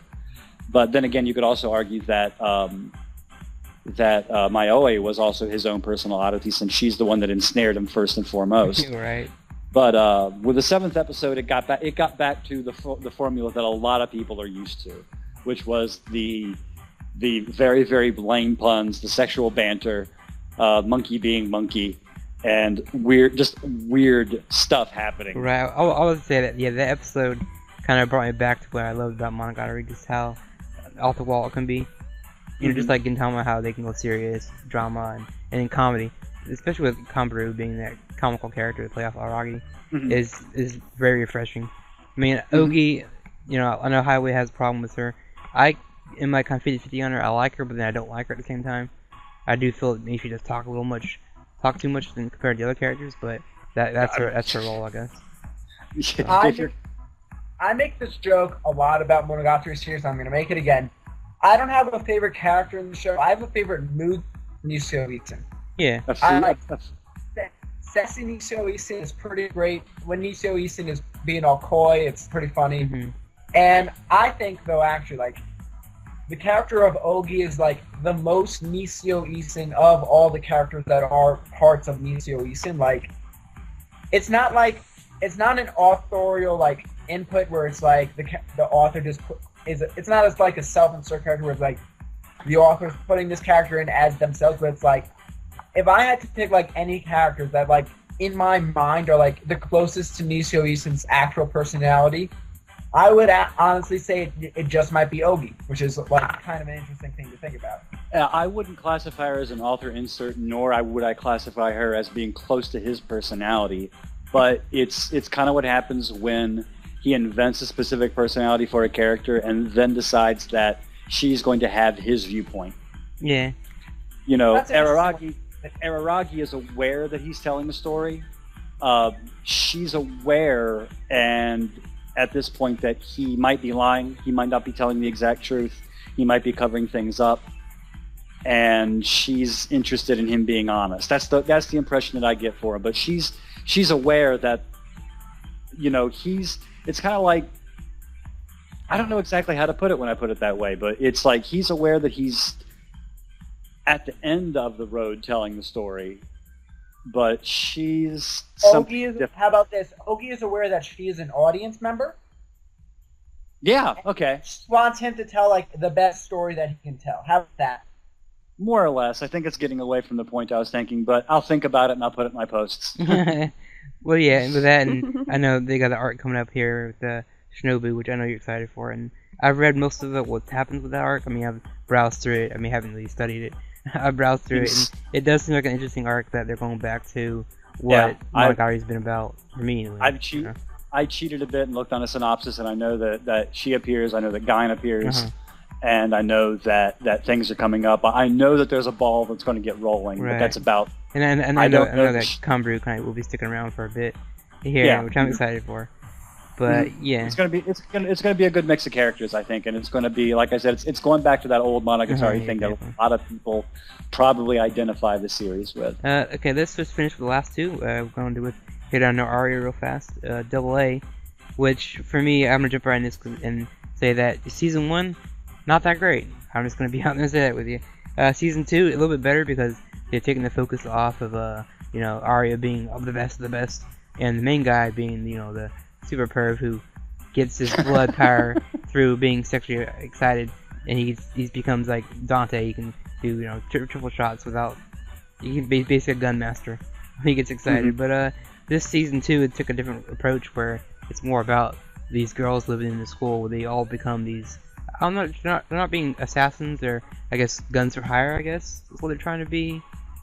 I forgot what they actually are training to be. Butte is a worldwide organization which trains people to be bodyguards, mercenaries, assassins, surveillance people, basically any sort of black or gray ops that you need. Sure, they train them. I mean, what do you think of the season? I think you kind of said you liked a little bit of season 1, or I loved the entirety of season 1 when you get right down to it, because I honestly thought that it was one of those things to where, when we go back to the intention of LNs, I think it was one of those things where they knew they were writing garbage. Right. They knew they were writing just page turners, and they thought, I am going to have the most fun I possibly can, and I'm going to be stupid absurd about this. I'm going to throw a werewolf in there. Stop. Exactly, they did, and they did. Or to escape from an airplane, her clothes turn into a parachute. Right. What are you going to do? And what are you going to do? Tell me no. They also threw in Sherlock Holmes, his ancient ancestor, or his exactly. She's Sherlock Holmes technically. Exactly. Every other story takes itself too seriously and ends up sounding stupid. Right. I think Arya was just one of those things to where they went, yeah, it's dumb. Let's make that the feature instead of a bug. And this series, as I said, they changed it over to Dago Kobus, and that they have a slightly different profile. They do more of the dramedy sort of series, comedy, drama. More slice of life, more day-to-day activities and different things like that, and so the focus has gone there. It's kind of slipped a little bit. It's hit a couple banana peels in trying to find out exactly which end of the spectrum it wants to go to. It's gone into like Yuri territory, I would say, where they're being comical about these girls out like other girls, but they're not really. That's not really the focus. They're not like, oh, these girls straight up lesbians. No, they're not. Some of them are, but some of them are not. They just the way they play it off is. Oh, it's more comical, like, haha, she likes so and so. That's funny. I'm very possessive. In the recent episode, it was revealed that Shino and Urara definitely have sexual advances towards each other. Right, of course. And Akari being oblivious to all of that. She's like, what's that? Like, she don't know. I'm like, okay, that's fine. But I think they have a serious sort of end game in mind. But yeah, it doesn't have that I'm derpy and I know what quality that the original show had to it, but it's a different thing, and it's still pretty good. It's funny that Rei Kukumiya being the lead character of the first season, she's not really in the second season as much, and I'm like, nope.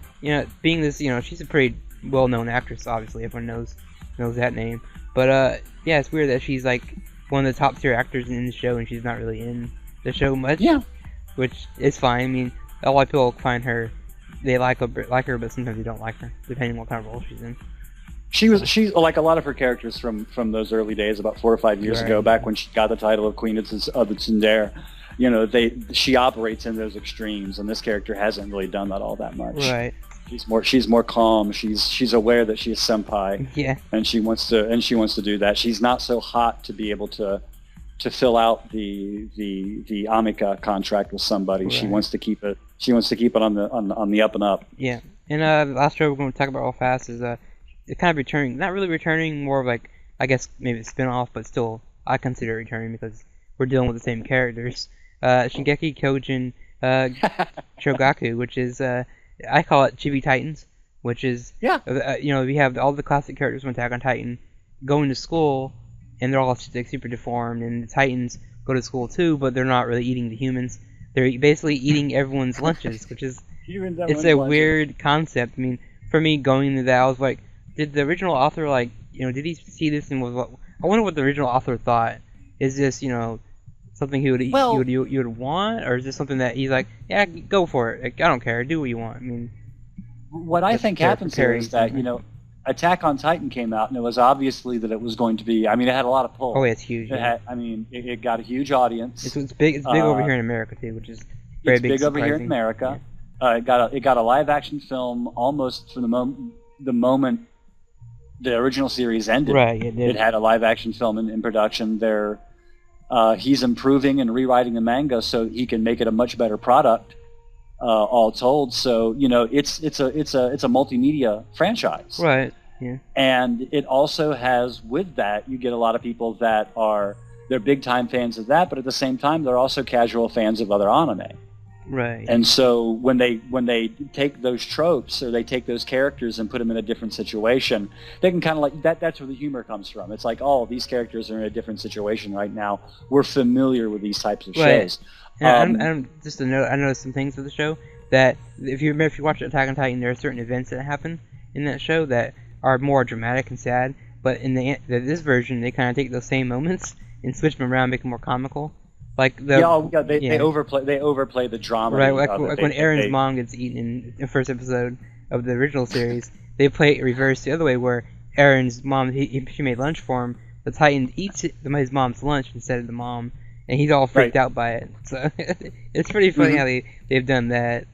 Yeah, and that is an appeal that works, especially over here as well, because I have friends, they have a 13-year-old daughter who is a huge fan of Attack on Titan. Oh, yeah, wow. And when I pointed this out to them, I said, yeah, see if she wants to watch this one too. And it was on Hulu. And they said, oh, great, we have a Hulu account. We can just tune into that and watch it any time. And she loves it. She thinks it's absolutely the most hilarious thing she's ever seen in her life. Yeah, for me, I'm like, as far as like, since again the artist in me is just like, it's fun to see these characters draw in a different light where they're they're deformed looking, but they still are the same characters, minus Aaron's not really transforming lately, which is the thing that might happen later. They make chibi versions of anything when you get right down to it. Sure. I mean, that's just the way things go over there. I mean, it's really weird. You wouldn't think of making maybe until recently. I mean, you would never think of making a cute version of a serial killer, would you? Right. No. But yeah, sure. Why not? If you can make some money off of it. I mean, when I watch this Attack on Titan thing, it reminds me of a short that came out. It was about Gundam. It was about Char.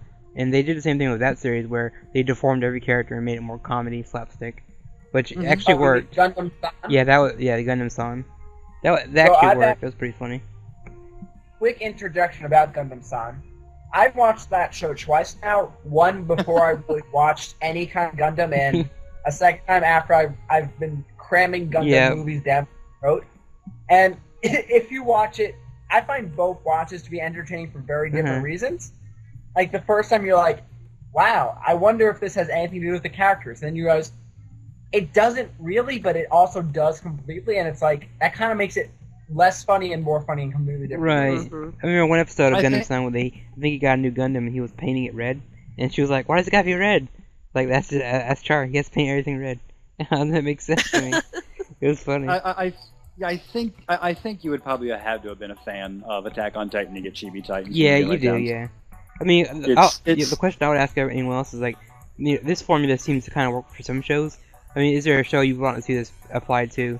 I was thinking, I know you don't like the name, but if they apply this like Alno Zero, I think it might be more fun for some parts. Maybe maybe they did Carnival. They did Carnival Phantasm. Yeah, that's one. I mean, no one saw that coming. No one takes a franchise more serious than Type Moon Cards. Exactly. And if they can take the piss out of themselves, anyone can. I mean, I wouldn't mind seeing like Tokyo Ghoul done this way as a comedy. It'd be pretty funny. I imagine what they could do with that. Yeah. Actually, I wasn't planning to talk about it, but I'll just bring it up quickly. There's a Fist of the North Star remake airing right now, DD Fist of the North Star, which is basically exactly that. It's a chibified version of hulking mountains of muscles that normally make people's head explode, but instead they go to high school. Right. And they're really silly, and it's a really silly show but you're gonna get the references only if you're fans of Fist of the North Star, which I'm a huge fan of. Yeah, I don't think any of you guys are, so it's like, well, who's that audience for, really? I watched it back in the day because it was like one of the only things available, so most of the time. Yeah, but I know that's also the kind of show you don't watch now, where Yeah. new head exploding is, for some reason, not an appealing factor. Right. I mean, I would even say maybe last one I would suggest maybe Horario no Seraph if it was more of a comedy. It'd be better, in my opinion. But It is a comedy. It is a comedy. Well, it is a right. comedy. They just don't mean it to be. Right. But getting back on Attack on Titan, Chibi, whatever, it's fun. I love seeing, like you said, the studio taking something that is somewhat serious. I mean, Attack on Titan is pretty serious, and turning it into comedy is very great. I mean, I love seeing that the creator isn't scared to let someone else take over and let them take their, do what they want with it, basically. I like that.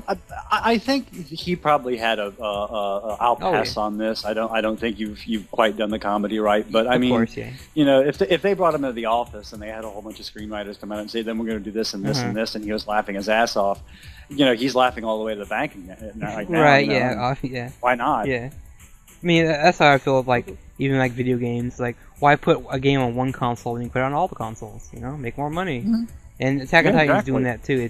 It's more open for all the fans to enjoy. Even people that haven't seen maybe Attack on Titan can watch this as just comedy, because it is pretty funny. But yeah, I mean, Any other returning shows you guys want to talk about before I jump to what's the last segment I have here? It's kind of a fun mini game. I'll have I have two quick. Actually, make that three. All right. 3 things. Give me 3 minutes. Osumatsu-san. It's really funny. If you've ever laughed at Gintama, you'll also laugh at this show. Everyone is a selfish asshole, and that's what makes the comedy so great. Mm-hmm. The new Lupin the Third show, it's airing in Italy and Japan. If you've ever liked any part of Lupin, this is just pure fun, where it's like, let's go steal the diamonds. Okay, we're gonna go steal the diamonds. There's gags. They're in Italy. It's a lot of fun. And the Italian dub is actually pretty good, so I recommend listening to that, although the Japanese dub is phenomenal because the Lupin cast has been doing their same role for over 30 years, and they're experts when it comes to it. And lastly, Garo. Honestly, watch the first series of Garo. Garo, no Ken, Burning Sword. It's better in almost every way than the currently airing Garo show is, so... Yeah, I wish this Garo was better, but it's really not. The first season surpasses it in practically every manner. Right, yeah, I can do that. And I guess the last one, I'll do some last ones real fast. This is Order of the Rabbit Season 2. It's been pretty fun, pretty cute, more of the same as the first season. Not really anything dramatic. I thought they were going to do something dramatic when they revealed something about someone's mom, but they're not doing that. Haikyuu Season 2, it's more volleyball. It's great seeing the team they're changing. A lot of the characters are going through some rough times, but they're going through some, I guess, exciting times as well, because they're learning new skills and becoming a better team. And last would be, I think, Utoramaru, which is a sequel to, I guess people don't really call it a sequel, it's more like some people say spin-off, but I still count it as a sequel. Spiritual successor. That's better. Kind of the same with, it's a lot of fun characters in the beginning. I think they might be getting some more serious stuff here soon, because I think the recent episode I watched was, I think, 6 or 7, and one of the guys kind of, I guess, looks different to the main guy, so they might be revealing something here later on. But I think it's going to get serious, hopefully soon. And last one is Yuri Yuri-san High. Same thing as first 2-3 seasons. Not really anything different. It's pretty much the same. I think it's not as hyper as the other two. It's more relaxed. It's more restrained. Right. It's much more restrained, and it's like they got all of the craziness out of themselves. Pretty much. And now they can settle into more naturalistic comedy. Right. Yep. That thing is for the returning shows. Anything else? Anyone else want to add anything? We can briefly mention Gakko and Toshi Asterisk and Rakudai Kishi no Calvary in the same breath, if only to be able to say that far and away, Calvary is the better of the two shows, and it's actually... I would disagree. Yep, It's actually quite good.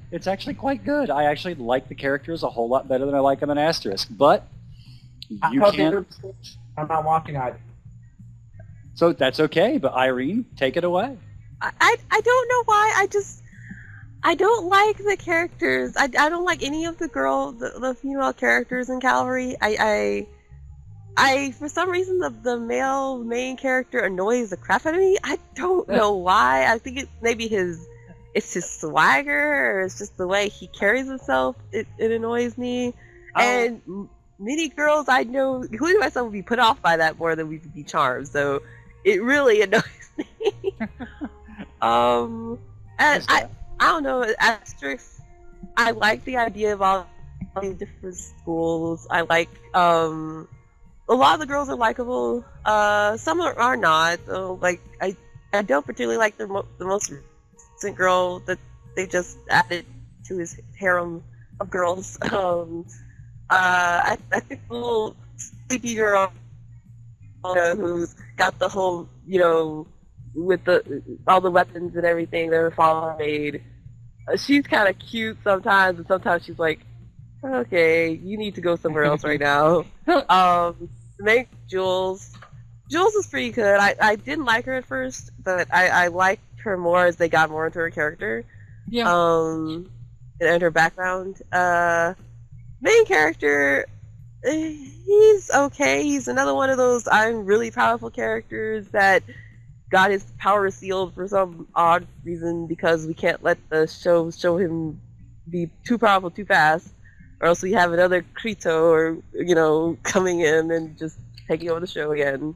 But well, since we're comparing both shows, I'm like Irene. I'm more of an Asterix fan than Calvary.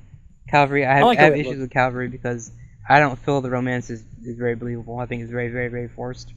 Just because two characters are conveniently living together, now they fall in for each other. It seems kind of, they could have easily maybe put that off maybe till episode 5 and have them fall in love, which would be, I think, a little better, but it's fine. But and there's one show that we haven't talked about yet, which is actually quite good. Which one is that? Noragami. Oh, no. Noragami, yeah. I mean, okay. For me, I like that show. It's just some of the characters I really don't care for. I did not like Yuki, the little blade kid, in the first season. He was very, very annoying, but I know why they made him that way, because what he goes through and all that.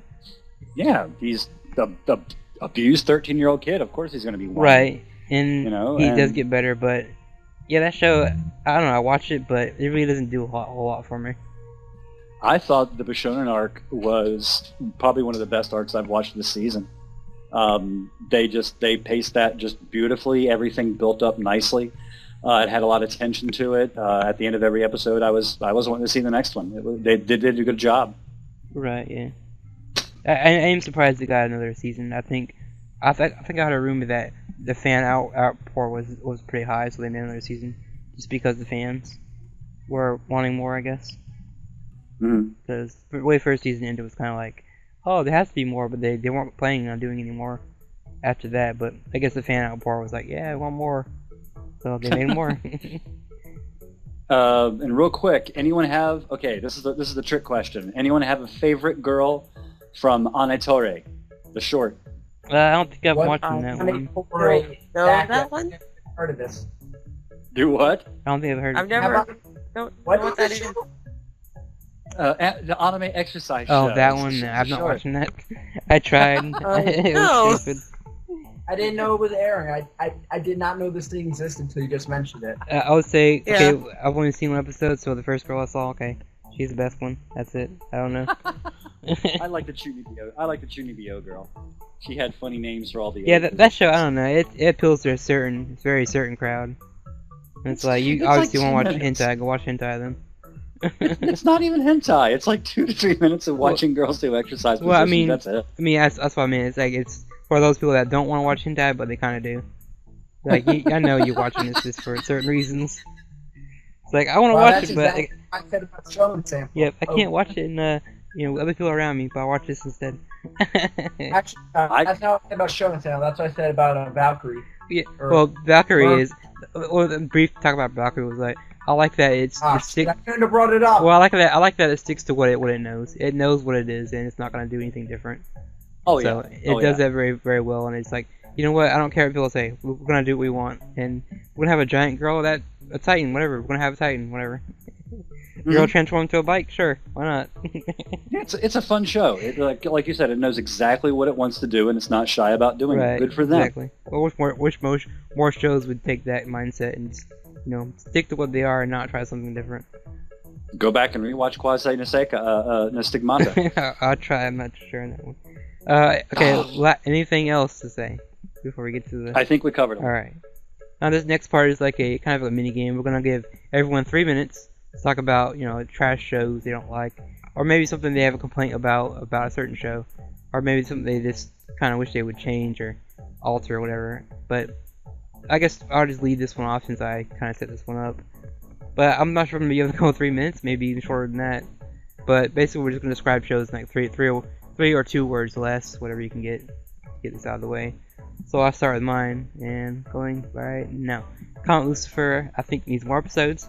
Heavy Object, derp characters, don't care. Lance Masquerade, or whatever. Ew, the art is just, ugh. Owari no Seraph, I hate everyone in that show. Owari Monogatari, wish Ogi, shut up please. Perk Insider, I'm like, dude, stop smoking so much. You're gonna die by the end of the series. And Perk Insider, yeah, I think I said it already. Hidden no Aria, I just don't want. Yeah, I don't like any character in that show either. I wish they all would just, go off somewhere or whatever. And that's pretty much all I have to say for those type of shows. Yeah, there's a few that I don't really care for, as you can tell. Who else wants to go next? I guess. Next guy. You want Alright, so I'll Okay, go. Sam. So this is just for shows we're watching that we have problems Yeah, with. shows you don't really care for, maybe you didn't watch, or stuff that you wish they would change things or whatever. I don't know what you want. So I'll get going. Comet Lucifer. I feel you start off really fast, but this is a classic tourist and hair. You start out sprinting, but eventually you hit a stumbling block, and now you're just limping along, and it could be a lot better if they went faster. Heavy Object. Fuck this show. There's no reason to watch this show for any good reason. Let's see what else is there that I'm actually I'm not watching that much this season. Garrow, they're actually not even bothering to do fight scenes anymore. So while they have interesting character pieces without all that interesting characters, like if you could just animate one good fight scene, that'd be really sweet. Blackjack, you shouldn't be attracted to somebody as they're being tortured. That's really problematic, and you should really take a stand when you're in the middle of the Vietnam War, because the Vietnam War has a lot to say about a lot of different things. And oh my god, that's literally all I'm watching this season that isn't Gundam. Nice. I'm really looking at the list. I'm watching 5 shows this entire season. Well, that's understandable. There's a lot to get That's like a through. record for me. There's a lot to get through this season. There, kind of. Who wants to go? I guess Irene, you want to go? I guess. Oh, okay. I'm not really watching that many either. I'll just scan through this list that we Yeah, no have problem. and talk about each one. Okay, so Comet Lucifer, you need better writers. You got potential, but you're wasting it. Asterisk Wars, or whatever it's called. Just concentrate on what you're good at. Only one girl really is necessary. You don't need all the other ones. They're just there for no reason. Heavy Object, get a plot and stick with it, please. And dump the fan service. Just leave it alone. You're not good at it. Let's see. Perfect Insider, get going. You're going a little too slow. Let's see who else. Garo. I didn't really even care for the first Garo, so I guess the second one just didn't really work for me. K, go faster. You have a plot. Just do something with it, please. Go. You can add more to this. Owari no Seraph. I still got started on it, so I have nothing to say about that one. Shingeki Kyojin, cute people. They're cute. That's cute. That's all I can say about that one. Let's see. And I think that is all for this season. Alright. Yeah, that's it. Alright, Skyline, what do you got? One Punch Man. I need an overarching plot to make me care more about these characters. Noragami Armagato, don't suck in your second half. Owari no Seraph, you keep trying, but you still have a legacy of that first core to live up to, or to live down. Yeah. Yeah. Cavalry, we'll go ahead. Asterix, already said enough about that. K, I dropped Sakuraso. Again, we need a bit of an overarching plot to tie everything together. Owari Monogatari, more Shinobu, now. Comet Lucifer, what everyone else said. Heavy Object, more plot. Showman Sample, already covered that well enough. Concrete Revolution, don't suck or I wouldn't have dropped you. Didn't talk about Concrete Revolution. Do I? I that show too, so I have nothing to say. Okay, let's move on. Concrete Revolution blows dogs. It's not about anything. We already did Lance and Masks. Hidden No Aria, we already did that. Let me see. I'm just going down through the list here. Where are we at? I wish Starry Moo would have been a little bit better, but it got a little bit derpy there, so I couldn't follow it any longer. Sorry, I'm scrolling down. Peeping Life. Bring back the stupidest couple from Japan and their vacation to Guam. That was the only good part about that show. And you left them hanging for some reason. Why did you do that? I want to know what happens to them on their vacation in Guam. Oh, why? Oh, God. Yeah, that's about it, really. All right. Well, I mean that's pretty one down. We don't, but we're not really that excited for. We watch them, but we're not. Yeah. There's some shows that I kind of don't want to watch anymore, but I'm watching still. And I think the last thing here, we have something from Sam. You want a quick little conversation thing here? You posted. I think we've been long enough. Let's save this for another episode, okay? All right, that's fine. Anything else to say? What do you guys think of the season so far? Is it you guys enjoying most of the shows? I mean, for me, it's like I think with every season it's 50-50. It's like there's some shows that I like, some that I don't like. What do you guys think? I think there is one amazing show, which is Gundam, and there's a couple okay shows like Garrow is okay, but I'm iffy. Young Blackjack is okay, but it's problematic. Like they are okay shows, I guess, but like there's only one good show. Gundam is the only show where I'm like, in absolutely every sense is this is a great show. Like it's the only one that stands out. Everything else is kind of replaceable. Right. I mean, a lot of shows this season are kind of like that, where I think each season has at least one or two, maybe even three shows that stand out each season. You always get that one gem, one show. But yeah, what about you, Irene? Well, I mean, of course, we talked about Gundam. That's a show I'm pretty much waiting for it week to week. Yeah, same here. I'm so excited for that one. Heavy Object and Comet Lucifer are missed opportunity shows that could have been a lot better with better writers or just anything like that. I think just for a harem show. I'm not usually a harem show person, but it's okay. And what else am I watching? What's the last one I'm watching? Perfect Insider, actually, cute mystery series. Oh, that's nice. And K is good. It just needs to get going. That's it. Yeah, true that. And last but not least, Skyline, what do you think of the season so far? Pretty good so far.